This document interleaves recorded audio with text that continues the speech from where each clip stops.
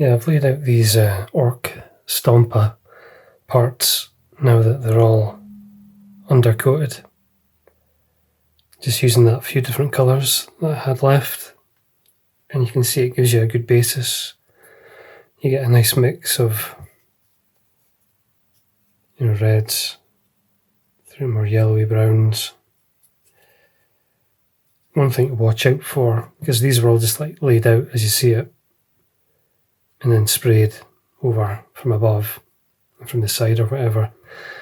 What happens is that spray cloud, lands on the models, and it works fine where you're spraying more immediate, but where the paint lands on a model further away, it's had time to dry in the air. So rather than becoming, a kind of consistent paint finish, it becomes quite, sort of dusty and gritty. And it will almost rub off if you rub it too much. But that grittiness, that dry grittiness, does actually help with the appearance of a nice rust coat.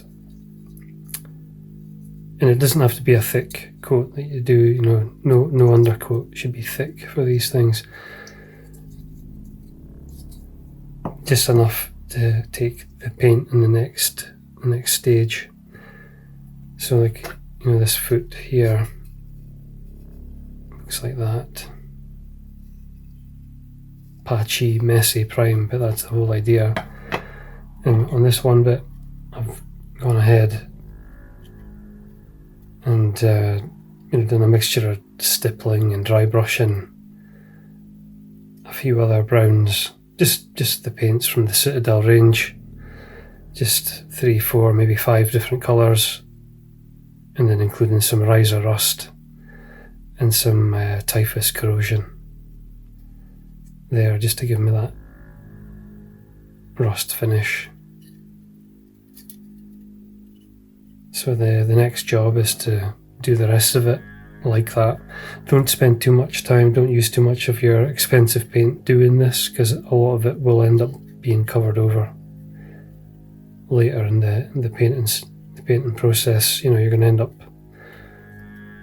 having red or yellow or blue, whatever paint on top of that, and here and there seen through to the rust. So don't spend too much time or too much effort on this stage, but you're just wanting that range of colours underneath to come through as a believable rust later on.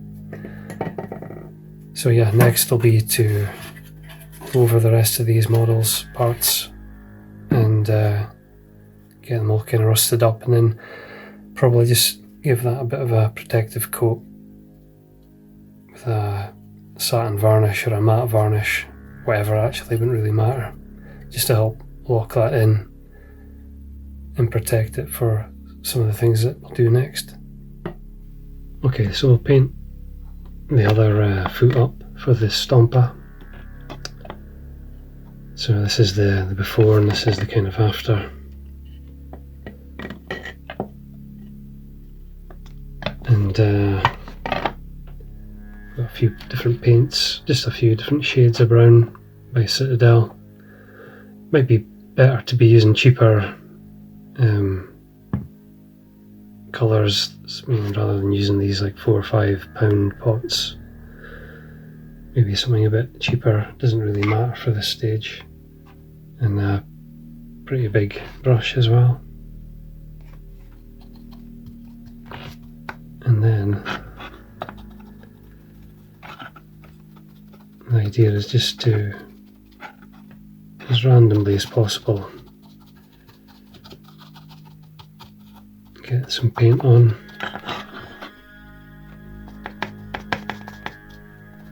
And this is also the chance just to get rid of any last areas still showing some of the plastic. And now that I've kind of got that paint on there, just go back over it now and just kind of break it up a bit with some rough stippling type action on it.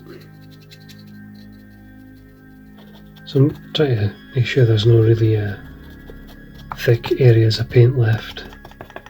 Just want that kind of nice light coats across it. So I'll just grab another colour here and just a little spot of that here and there.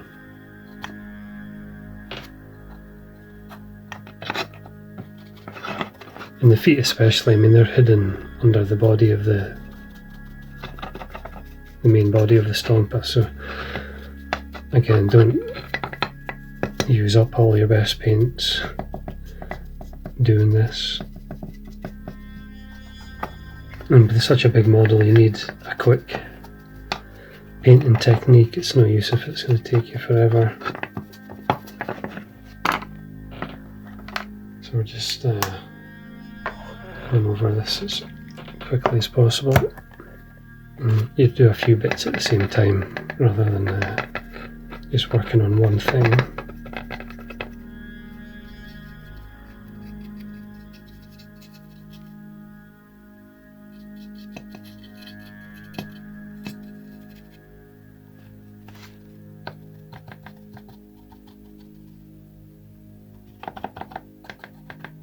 It's handy if you've got some reference images, even if you just have a look on the internet, examples of rust, just to see the range of colours. I mean, I'm pretty much sticking with browns, but I mean, you can get all sorts of interesting shades and effects. We're just kind of doing something that roughly looks right. The next paint to use is maybe some typhus corrosion, which adds a bit more texture to it. So dab of that again.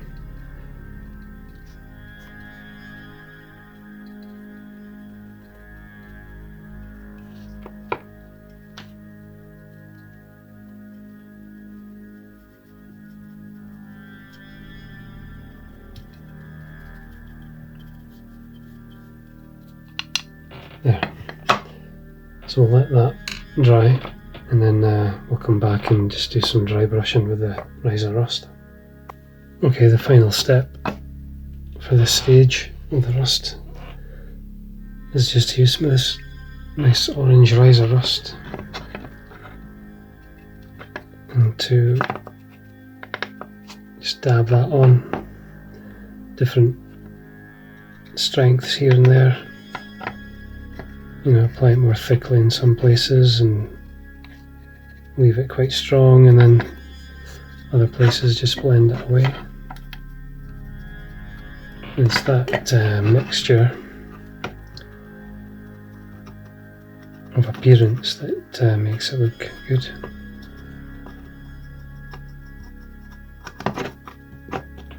And it is one of these dry paints.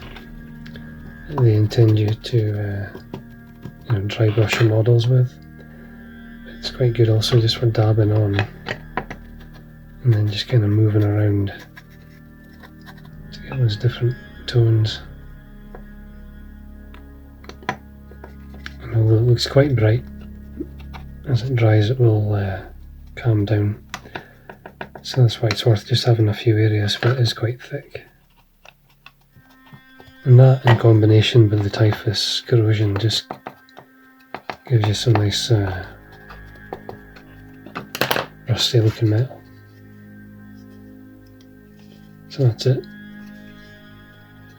So that, or something like it, for all the various parts of the Stomper, and then that will be a complete rust effect, and then from there we can do some more painting on top.